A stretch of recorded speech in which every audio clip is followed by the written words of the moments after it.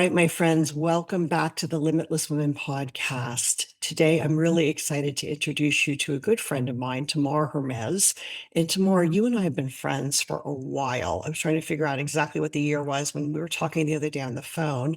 But what I want people to know about you is that you really are a self-made millionaire. You're someone who has started from humble beginnings, and often because you look so put together, when we see you now, I forget that part, right? But when I read your book, which is another thing I want more people to know about, your book and your story, you're one of us, right? You're one of these women who didn't grow up with a silver spoon in your mouth. You were really smart and savvy. And what I love about you is your ability to ask better questions than most people.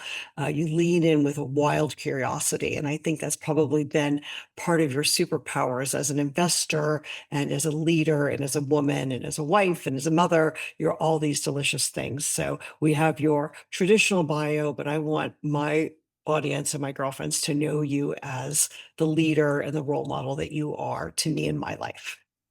Thank you so much, Laura. Thank you for having me. And I'm so grateful to be here with you and to pour into your listeners and to share about the world of money, which is, it is something, isn't it? It is. It's juicy, it's fun, and it's also complex and can be quite stressful for us. And so I hope that by the end of this podcast, the listeners feel more at ease and more excited about what's possible at any level that they're at with their financial and wealth building journey. Yeah, thank you, sweetie. It's so generous of you. And I would say there's another piece that I love about you, and that is the way that you give, right? The way that you can contribute. And it's one of the things that we face in Limitless Women as a philanthropy first organization that I know you and I share a heart for this in the early days, right? Like it wasn't about when I get there, I'm going to give. It's like the process of how giving causes growing. And you're one of my girlfriends who I just know is out there doing listening for how you can contribute not only with your talents and your time, but also with your tithes. So thank you for the generous donations that you've made on behalf of our community and then for all the other communities and the schools that you build and all the beautiful work that you do in the world. So just wanted to Thanks, bring that. Laura. Yeah, Yeah, really. and I think you always hit the nail on the head when you talk about giving, which is giving in a way is selfish because I get Mhm. so much when I give. Yeah, And a lot of people ask me, well, why do you continue to do Women Growing Wealth? Why are you on this mission? And right. when you don't really need to be doing this? And it's honestly because when we're not in the world of contribution, when we're not participating, and of course, all your listeners, many business owners and entrepreneurs and women who are passionate about being of service in the world. And this is also the ability when we're generous about what we're able to contribute as nurturers, as women, as leaders. So thank you for the opportunity to give. Yeah, thank you. And it's just, again, I know when we started Limitless Women, and I just was praying to be shown, and I had no idea what it was going to be. It was really my girlfriends. I was talking to another friend from California earlier today, and just, again, we've been friends for at least 10 years. And I just was, these are my girlfriends who came together and said, okay, this is what we can do. That first event where I thought, gosh, if we could just raise $10,000. I thought if I could just get 100 women in the room, my whole plan for how it was going to work is not at all how it worked. God had another plan. We had 50 women in the room, but the end of 3 days, we had raised $35,000, and I was in a puddle. I mean, it was just so grateful to my girlfriend. So thank you for being my girlfriend. Thank you for being the leader you are. And let's talk about business. Let's talk a little bit about what you're here to talk about with your money, my friend. All right. So tell me, starting, I'm not going to make you tell me like when I was a little girl and, that story, but tell me about that first investment. I find that fascinating when I was reading your book because I've known you forever, or it feels like in some ways. And then I've known you, probably at least a decade in this body. But I feel like when I was reading your book, I was really like curious about that. I was curious about your courage and how you chose to make that first investment and why. Give us a little background there and tell us how that all started.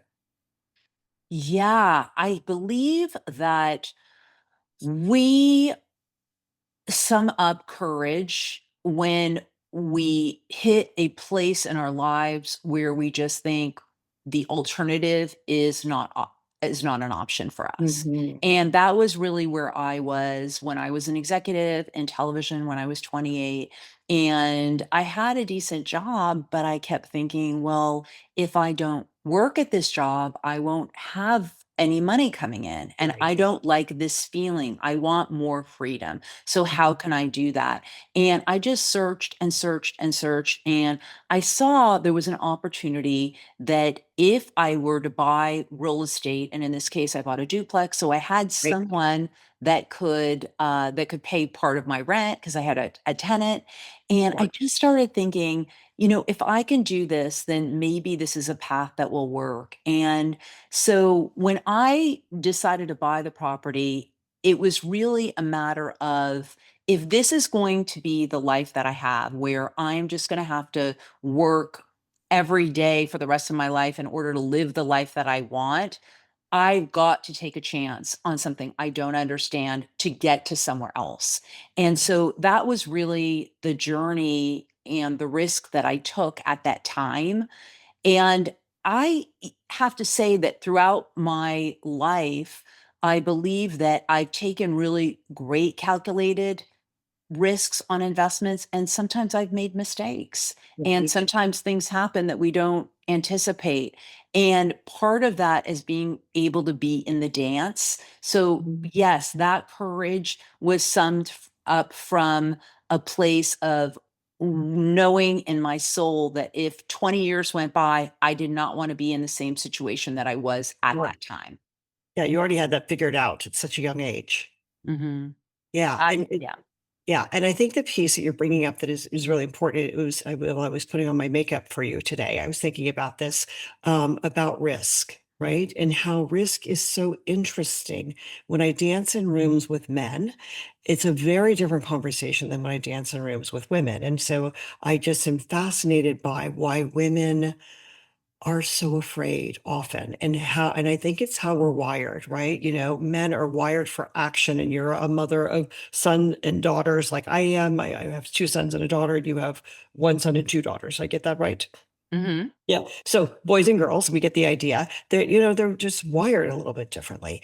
And I think it's fascinating how, as women, we need to many women, and I'm not a typical woman when it comes to these things, but most women spend a lot of time just analyzing and wondering about all the things that could go wrong and just spending so much time before they actually take the action versus where men will often take the action and then take the consequence. I'm curious about in your own life because you started at such a young age. What are your thoughts or what are your experiences about building the muscles for risk? I believe that, like anything that we want to do, we need to continually walk through doors that don't feel Mhm. comfortable. The thing about risk is that, you buy one property and then you got to buy the second, and the risk comes up again. It's the same thing with business. We're doing our businesses, and then we've got certain obstacles. Do we hire these two employees? Do Yep. we spend this money on inventory? Do we invest in this marketing program? Do we invest in the coaching? All of the questions that come up. And I think that it is a constant question that we need to ask ourselves that goes back to the original question that I framed to begin with. Mhm. Am I going to be okay if I I never take a chance? Am I going to be okay if I don't take this risk? We all Right. know that risk equals growth. It's also really hard. And I get that. And I get why women get scared because I'm scared, and I'm Yeah. sure sometimes you're scared. Oh, Uh, 100%. and I just keep knowing that when I lay down to rest after this season in my life, I want to make sure that I really feel like I didn't leave anything on the table where I just thought that there was something that I couldn't do, or there was something that could really take me out of the game. And if you start looking at it that way, then you start to look at the risk is just part of the flow of life, and setbacks are part of the flow of life, and we just need to keep learning and growing from that. And I just think ultimately, if I have to ask myself, would I rather have taken chances and gone walk through doors that were dark and scary, knowing that I didn't know the outcome and knowing that a lot of times it doesn't turn out the way that I want? Correct. Or Lots of times. correct, lots of times. Or Lots of would I rather just be safe and just keep living a secure, easy life? And I think that there's a dance in there somewhere, them. but I do think that the life of adventure and risk is one that is worth pursuing, because it's, if you think about it, I mean, we wouldn't really have anything in this world if people didn't take risks. If Steve Jobs didn't think, wow, I wonder if we could have a phone in our hand, Yeah. you know, it, The innovators. yeah, I mean, there's so many, and there's so many women, amazing innovators. I mean, even simple ones like Sarah Blakely, who invented the Spanx, and made $1 billion company. But like, us ladies, we needed to not see those panty lines. So if you Yeah. think about it, we all have to walk through doors, and we're all on our journey. And so that's kind of how I look at it. I look at it like, what's the worst thing that can happen? Really, what's the worst thing that can happen? And will I still be able to pick myself up? And it's one of the things that I think about. So, a couple things. First of all, I don't know that everybody knows that risk equals growth. I don't know that people know that, right? That's not my experience. I mean, I'm a person who's so risk inviting. I'm the opposite of like risk adverse. I'm like not even risk tolerant. I'm like, bring it on, right? So I know that I'm an outlier for most of my family and friends, including all my kids. They think I'm nuts, right? But I'm down with it. I think my girlfriends that I'm in this conversation about what it takes to engage in our next level as humans, right? Like it requires us, like you said, to get uncomfortable. It requires to go through those doors. And I always think about the story when you say this. I think about the story of Scott being in the hospital, when he was going in for his first heart surgery, and they were pretty sure this was the end, right? And he was 56 at the time. He's 65 today. So the spoiler alert, he made it, thank God. Um, but just the fact that as they were saying, get yourself prepared, he was saying, I couldn't have done better. I wouldn't, there's nothing I regret. And I don't know how many humans really can be at peace at the end, right? Now, this is not a conversation about death. We have a whole other podcast on grieving we just did with Meryl Russo. That's kind of amazing if you haven't listened to that. But I'd say, I love this about you, about your awareness as a young person and as a mature person, that you don't want to get to the end and feel like you didn't do what you could do. Correct.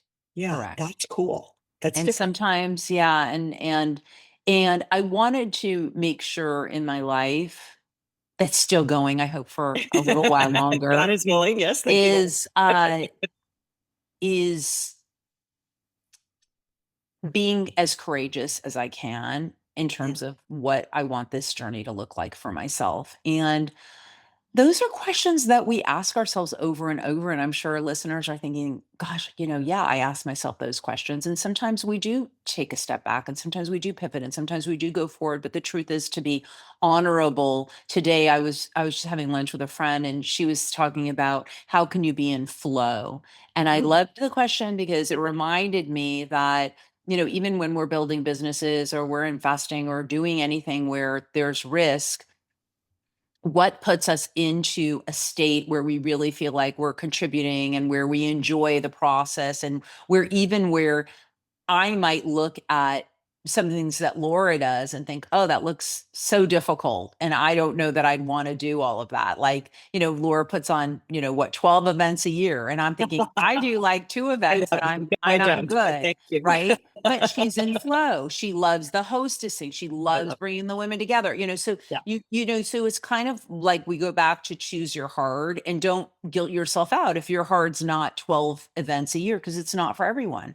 And Yeah, and well, so and then then when we let look me at it. interrupt here because I think that's actually so important for another piece that I see women really taking themselves out of the game. And I think it's going to tie into where we're going in the conversation around money, right? Like this piece around comparing. Now, I do not host 12 events a year, not even close. I host one conference a year and usually a couple of retreats, one of them being the flow retreat, right? Which is all around not just cash flow, but what does it look like for your time to be in flow? What does it look like for you to have your energy in flow, right? And this is not a community of women who are woke and broke. I mean, these are women who are serious about business. And at the same time, we are friends and daughters and mothers and partners. We've got a lot going on in our schedule, every one of us. So I think, what I want to move to Tamar in that conversation is how important it is for us not to compare what it looks like on the outside from somebody else because we don't know.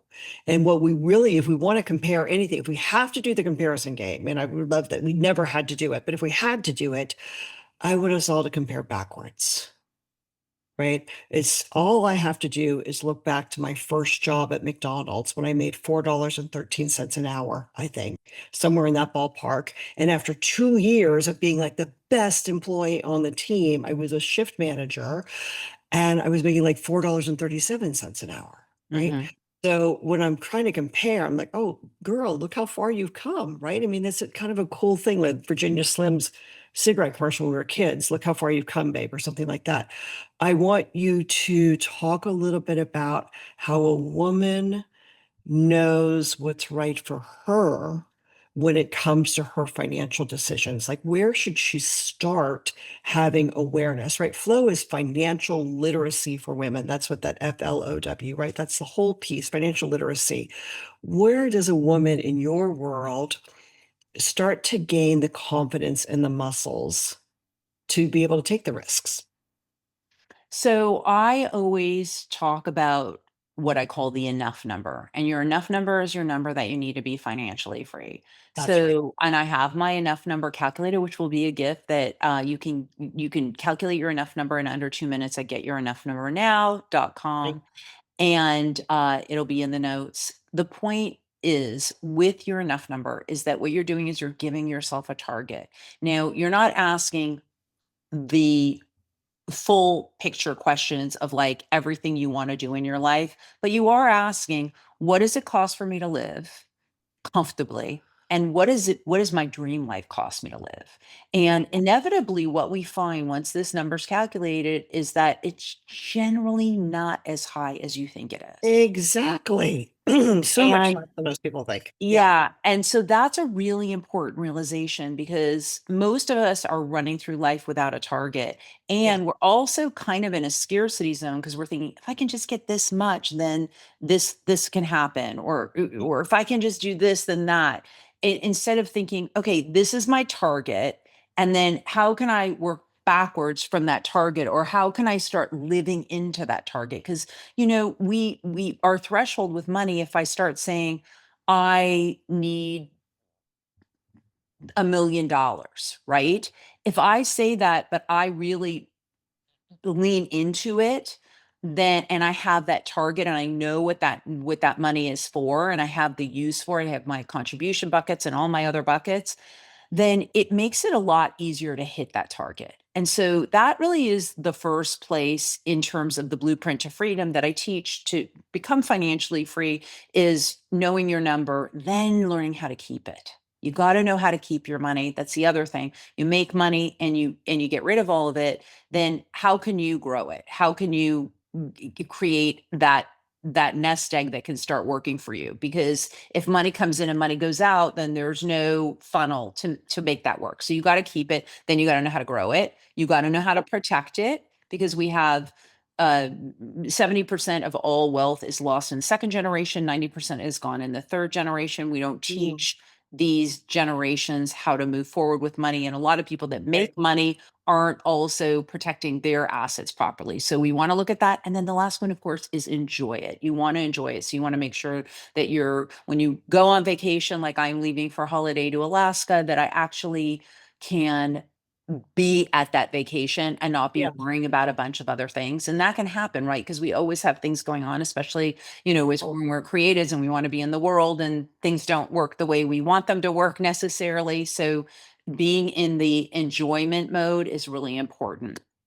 So good. And so what I heard, just to put a pin in some of those things, is the difference between we're so focused on making money, and often we're not paying attention to how much are we keeping, right? Mhm. That's a whole reason why entrepreneurs and why business owners have a different tax structure, because we get to employ people, we get to provide solutions in the marketplace. I mean, there's a whole reason why all that goes on beyond, but we as founders have a responsibility to learn how to keep more of what we make. Right. If you haven't read Robert Kiyosaki, Rich Dad, Poor Dad, read that book first. The next piece is how do we grow what we have, which is really your playground, right? You help women not only get comfortable, it's so much more than mindset with their sufficiency and understanding their number, but also how do they grow their investments and protect their investments? I think that's a big deal. Thinking about where Scott and I are right now, he's retired. I think this is as much retired. I'm getting ready to turn 60. I think this is probably as retired as I'm ever going to be. I just feel like, and what is actually the number, and how do we not have money excuse me, how do we not give our power away to money? I think that's another piece too. When the education that you provide, Tamar, gives women an opportunity to look at their numbers not from a scary place but from an empowered place. And what have you learned over the last, I don't know, I'm trying to think about us being together in Colorado. I think it was before COVID, right? Like 2019, how far you've come in your own leadership and teaching. What have you learned as you've been working with women over this last decade, um, around money, around their mindset? What have you learned as far as the systems that you've developed? Like, what are the things that people need to know besides, I know I need to make more, keep more, and grow it? What kind of systems can we use? Well, okay, is there is, there is the components, and then the systems you want to use are I would say they're more the systems get drawn into the components around what you're building. So like if you have your business, how much money is in there, and then you have a certain allocation toward your investments, toward which kind of investments. I'm a huge proponent of real estate and of buying properties that you own and operate, and or that you hire somebody to do. Mhm. There's variances on that, but one of the systems, I would say that one of the arms inside of that system is to start, building your asset column, is putting money in the inside of the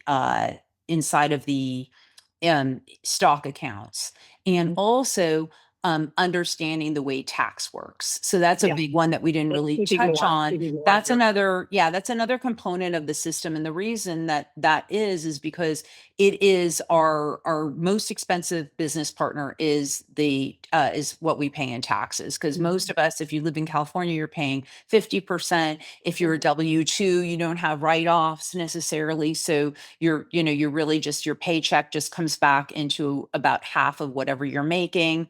And so there's a lot of variables inside of there. So really what we're doing, the system is really like a dance. Like the first thing I say with the system is I like to have all my money in one place where I can see it in a snapshot. I use Monarch. I like it a lot. For a long time, I just used spreadsheets because there was nothing I liked, but Monarch is really great now. And then you can just see everything.